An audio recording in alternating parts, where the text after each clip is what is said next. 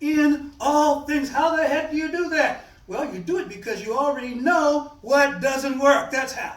I already know arguing doesn't work. I already know fighting doesn't work. I already know, my sister told me one time, she said, "Boy, you can't kill them all. If you could kill them all, then you'd have a solution.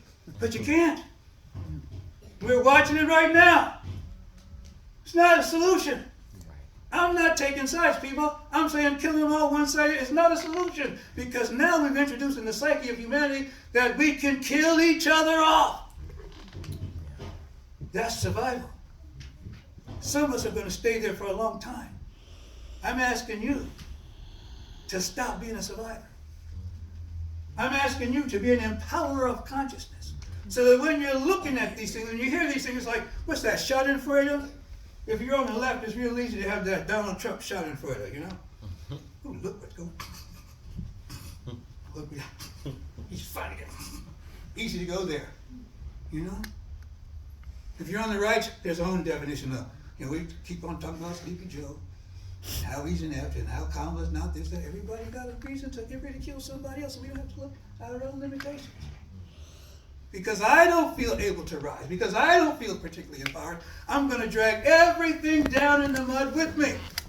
But what I'm saying today is, not only are you special, everything is special. And when you can talk to the special in everything and everyone and ignite that idea of specialness in them, the special connection between you ignites and becomes even hotter, so much that you become more effective because you're working together, and because you no longer have the fear of death, and you no longer have that fear of grieving. You're able to embrace the grieving and embrace the dying from a place of wholeness and treat it with dignity and respect. And as we do that, our own levels of dignity and respect for ourselves increase. Because the mirror neurons of us watching other people get cared for and us caring for them reinforces in us that care and nurturing is the order of the day, and care and nurturing is not about survival. Caring and nurturing is about thriving and moving beyond the pain. We have something to do, people. Gil Scott Heron said the revolution will not be televised. And we all started laughing after the interview. Well, what are you talking about, Gil? It's right there. It's being televised. And that's because we believe the revolution is happening outside of us. The revolution is an ongoing struggle within our own being. When I say struggle, it's because we struggle with the concept of oneness, because we keep holding on to our own unique specialness. But everything is special. And so are you. And so are you. And you're worth every minute of joy, every moment of peace, every moment of prosperity, every moment of whatever it is that you desire out of life. And it requires us to embrace the rest of ourselves. And that's shadow work. That's a talk for another day. We all got shadow work to do, because that's what makes us whole. Peter Pan stayed forever young. You know why? Because he was running from his shadow. He couldn't escape Never Land, because he didn't want to deal with his shadow. That's an interesting name for it, Never Land.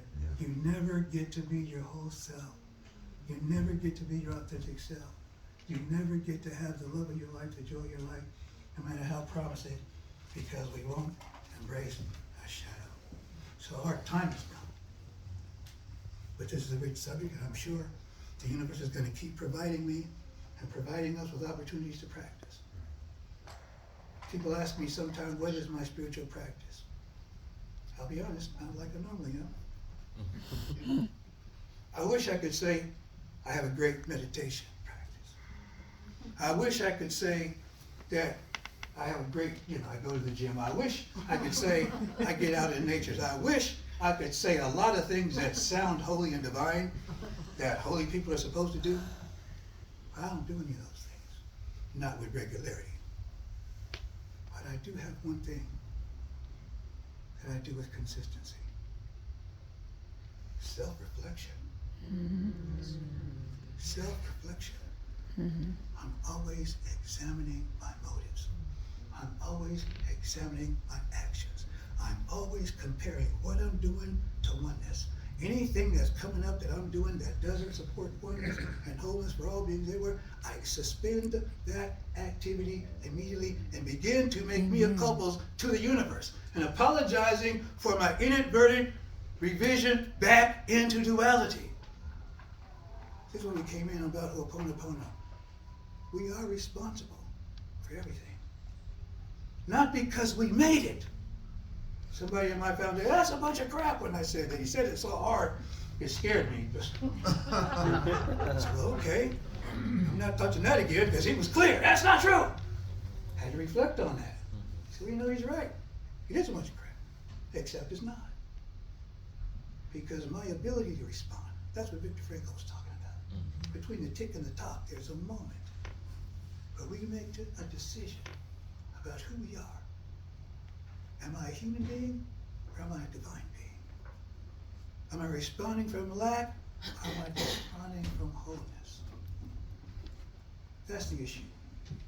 Ask yourself that question every day. Ask it with every heartbeat.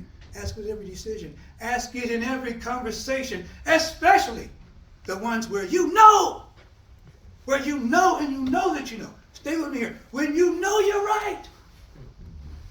Because that's where it happens, people. We get dug into being right. Surrender doesn't happen when we're wrong. That's just admitting the facts. Okay, I was wrong. No, you're holding on to it if I was wrong. I mean, I'm wrong. Why hold on to what's wrong? I don't want to just keep being wrong. No, surrender only happens when you're absolutely right. That's when you let go and you let God. When you're right, you can prove you're right. You've got all the receipts of your rightness along the way. You can call witnesses about how right you are. This is what surrender looks like. This is when you know what? I'm not going to try to be right about this anymore.